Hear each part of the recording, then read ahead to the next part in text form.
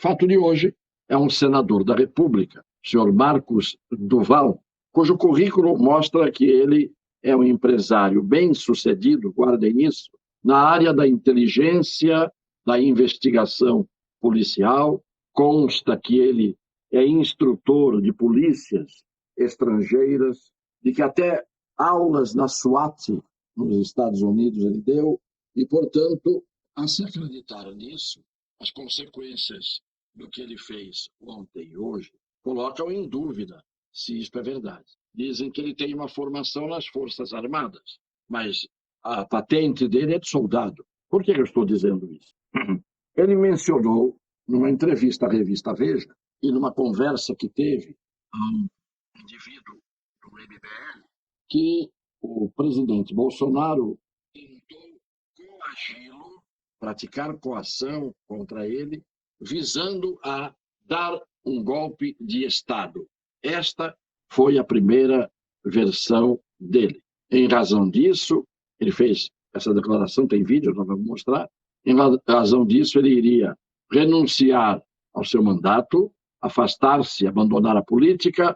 Só que hoje ele deu uma entrevista coletiva, desdizendo tudo que ele disse ontem, dizendo que não houve coação nenhuma por parte do presidente Bolsonaro, dizendo que ele, atendendo aos apelos dos colegas do Senado, da filha, etc., dos funcionários dele, ele, em princípio, não vai mais renunciar. Nesses vídeos que a gente vai mostrar agora, os caríssimos seguidores e seguidoras vão tomar conhecimento, basicamente, do que ele disse que aconteceu, e aí depois eu vou comentar à luz do direito, à luz das leis, mas, acima de tudo, à luz da lógica e do currículo que este senador diz ter.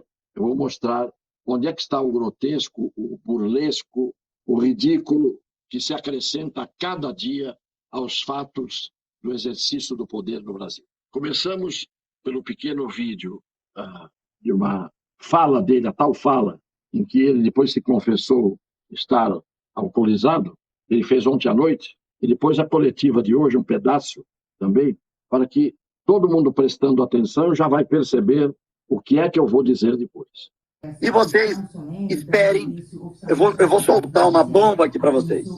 Sexta-feira vai sair na Veja a tentativa do Bolsonaro de me coagir para que eu pudesse dar um golpe de Estado junto com ele. Só para vocês terem ideia.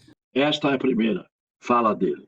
A segunda, passada a público pela CNN. Encontrei com ele no Salão Branco, né? E aí disse a ele que tinha sido abordado pelo Daniel Silveira para fazer essa reunião com o presidente, não tinha ideia de que poderia ser. E perguntei ao ministro o que ele achava, se eu deveria ir ou não.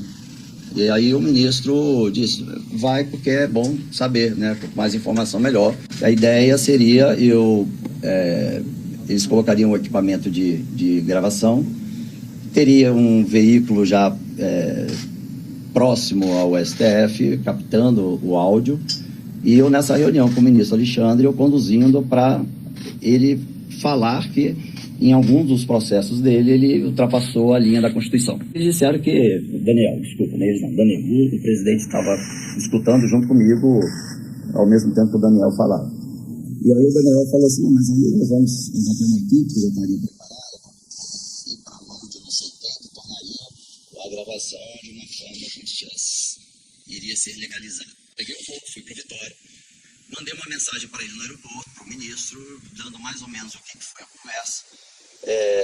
E perguntei quando é que o ministro estaria de novo em Brasília. Ele falou que seria numa segunda ou numa terça. E então eu voltei a Brasília, acho que se não me engano foi numa terça-feira. Nós nos encontramos lá no STF. E eu relatei para ele, que eu estou relatando para vocês, nada mais, nada menos do que eu estou relatando para vocês.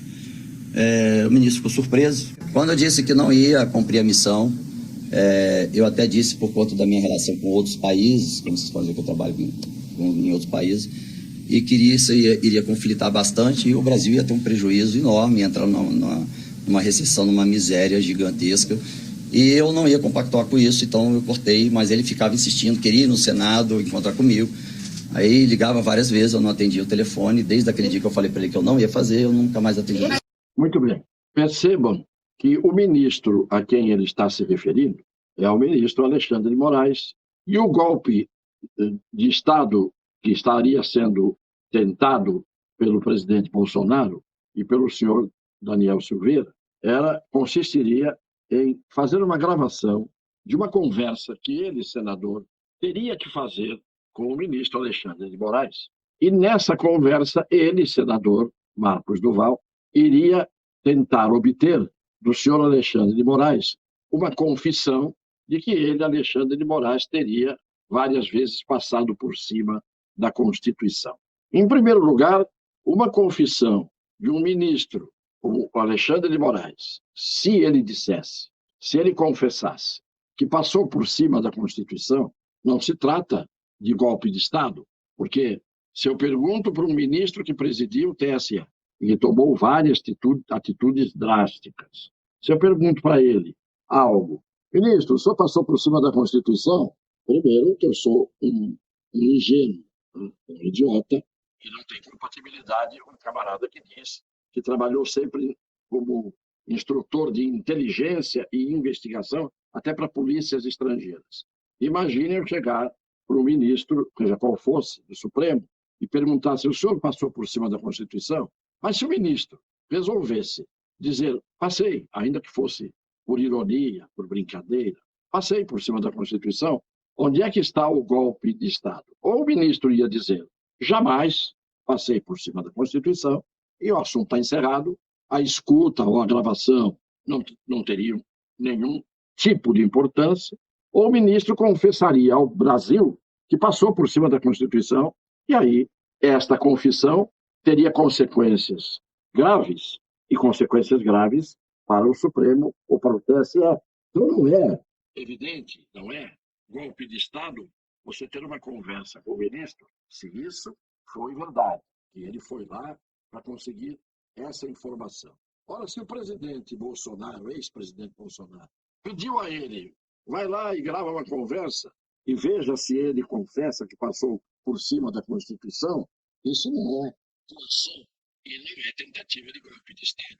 Porque é uma pergunta que se faz a um ministro que responde se quiser, e se responder que passou por cima da Constituição, tem que se cumprir a Constituição, tá certo? E aí o ministro, evidentemente, receberia um impeachment, confessando isso.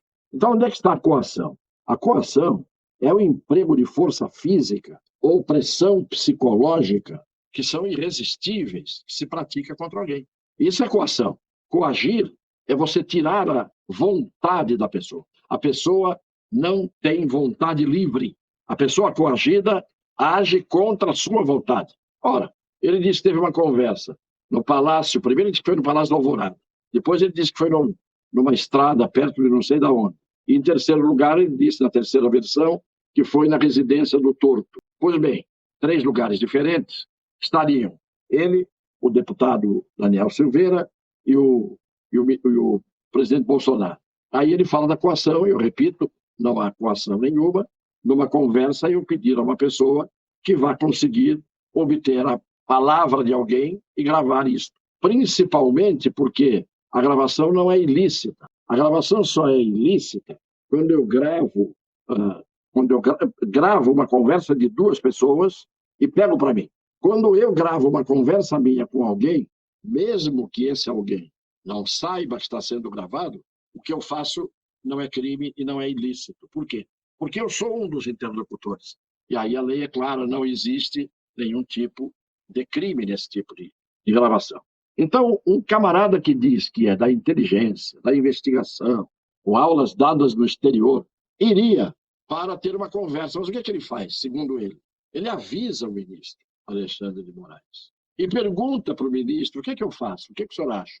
Ele dizendo, que eu acho que nem os ministros do Supremo estão acreditando nele. Aí ele diz que o ministro falou, não, vai lá, porque aí você escuta, vê o que eles vão dizer. Ora, o que eles vão dizer, ele já tinha dito para o ministro, que era para gravar uma conversa dele com o ministro. Então, é um absurdo atrás do outro. Aí o ministro teria dito, não, vai lá. Isso foi no dia 12 de dezembro. Só veio à tona isso agora.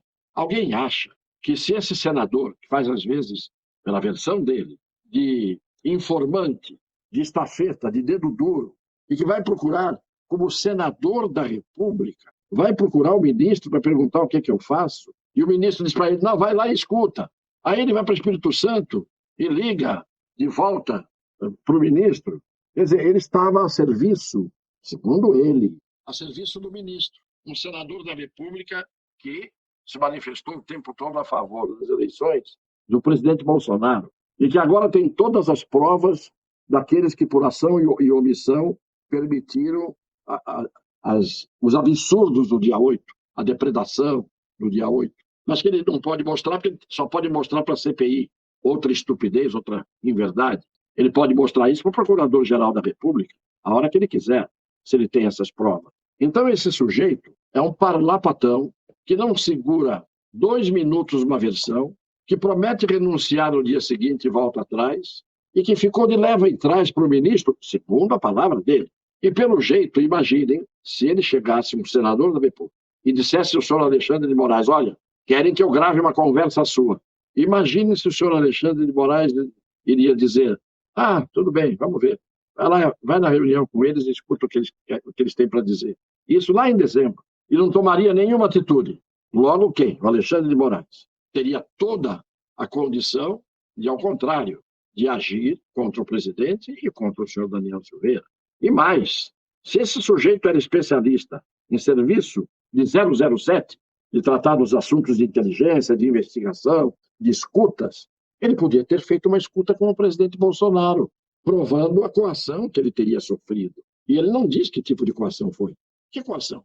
Em que ele foi forçado? Em nada. Ele não foi coagido de jeito nenhum, por ninguém, nem pelo presidente Bolsonaro, ex-presidente Bolsonaro, nem pelo ministro Alexandre de Moraes. Pela versão dele, ele fez tudo por conta dele. Foi lá de leva e trás, conversou com o ministro, pelo jeito o ministro não levou a sério o que ele estava dizendo, se é que teve essa conversa, e a gente não sabe, inclusive, de quem ele estaria agora se vingando, porque de repente foi ser eleito Rodrigo Pacheco, o homem veio com tudo isso, esse Marcos Duval. Ele ainda foi dizer, estava doidão na véspera quando ele contou essa história da coação e assim por diante. É isto o que eu queria mostrar. Mais um senador da República, grotesco, ridículo, burlesco.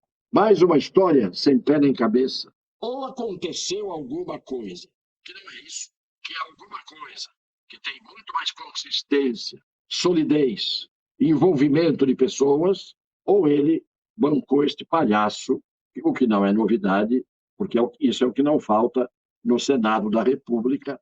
E é bom investigar que tipo de profissão tem esse sujeito que se diz rico, a profissão que ele tem, que para ele ser senador não é nada perto do que ele tem, fazendo palestras para a SWAT, a polícia de elite dos Estados Unidos. E ele, num caso desse, meteu os pés pelas mãos e nós já não somos mais idiotas, vamos observando, vamos vendo, estamos atentos e vamos conhecendo esses personagens desse teatro mambembe, desse teatro burlesco, grotesco e ridículo. Um beijo no coração das pessoas de boa fé.